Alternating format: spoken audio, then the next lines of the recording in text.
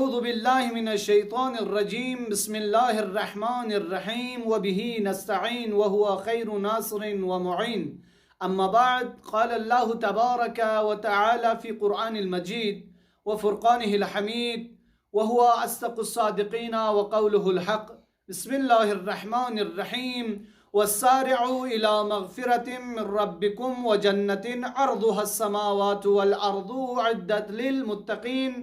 وقال امام جعفر الصادق علیہ السلام من لم يغفر له في شهر رمضان لم يغفر له الى مثله من قابل الى يشهد عرفہ. سامعین و ناظرین گرامی السلام علیکم ورحمۃ اللہ وبرکاتہ. ہمارا جو درس کا سلسلہ فضیلت رمضان قرآن اور حدیث کی روشنی میں عرض کر رہے تھے، آج سورہ آل عمران کی آیت نمبر 33 لے کر آپ لوگوں کی خدمت میں حاضر ہو چکا ہوں. خداوند لم یزل اپنی اس لاریب کتاب میں فرما رہے ہیں وَسَارِعُوا إِلَى مَغْفِرَةٍ مِّن رَبِّكُمْ، تم لوگ سبقت لے لو مغفرت کی طرف، خدا سے مغفرت چاہو، خدا سے مغفرت مانگو، اس میں سبقت لے لو.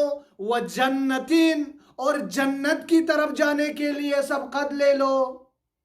وہ جنت کیسا جنت ہے؟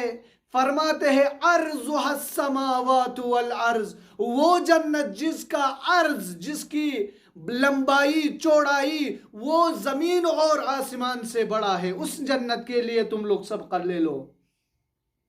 اعدت للمتقین، اس جنت کو خدا نے آمادہ کیا ہے، آراستہ کیا ہے، تیار کیا ہے متقین کے لیے. ہم نے پہلے بھی فرمایا تھا خدا نے اس روزے کو فرض کیا تاکہ تم متقی بن جاؤ. جب تم متقی بن جاؤ گے تو کیا ہوگا؟ جنت تمہارے لیے آراستہ کیا جائے گا. بس ہم عشرہ مغفرت کی طرف بڑھ رہے ہیں، مغفرت کا عشرہ شروع ہو رہا ہے، اس لیے عرض کرتا چلوں یہ رمضان ہمارے لیے خدا کی طرف سے ایک عظیم تحفہ ہے. اس میں ہمیں اپنے آپ کو بخشوانے کی ضرورت ہے.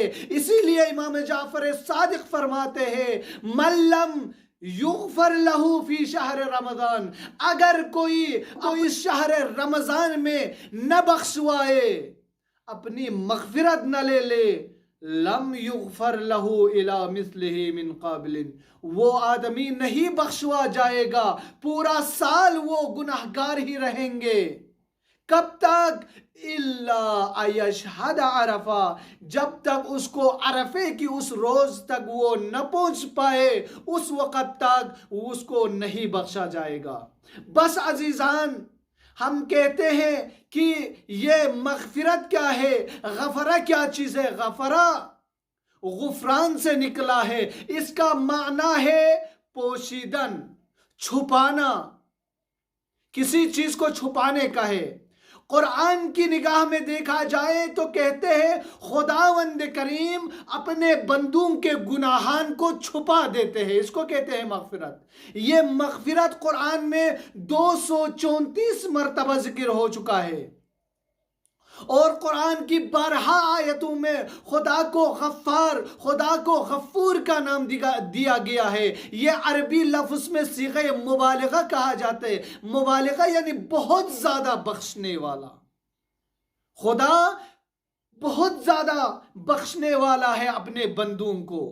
بس عزیزان، اس ماہ مبارک رمضان میں ہمیں چاہیے اگر اپنی گناہوں کی بخشش خدا سے کروائیں.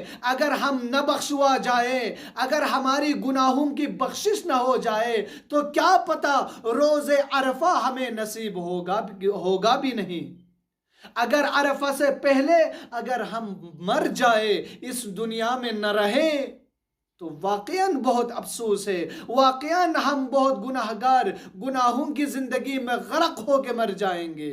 بس ہمیں یہ وقت غنیمت سمجھے، اس رمضان کو غنیمت سمجھے، اس رمضان کے ایام کو غنیمت سمجھے، اس رمضان میں خدا کے سامنے گڑ گڑائے، خدا کے سامنے دعا کرے، خدا کے سامنے سجدہ، اپنے سر کو سجدے میں رکھے، سر بس سجود ہو جائے اور سجدے میں سر رکھ کر گر گیا ہے اور خدا سے دعا کرے۔ اسی لیے فرماتے ہیں اگر کوئی عابد خدا سے دعا کرے تو خدا ایک مرتبہ جواب دیتے، زاہد کو ایک مرتبہ جواب دیتے، مگر کوئی گناہگار بندہ جب دعا کرتا ہے تو خدا 3 مرتبہ لبیک یا عبدی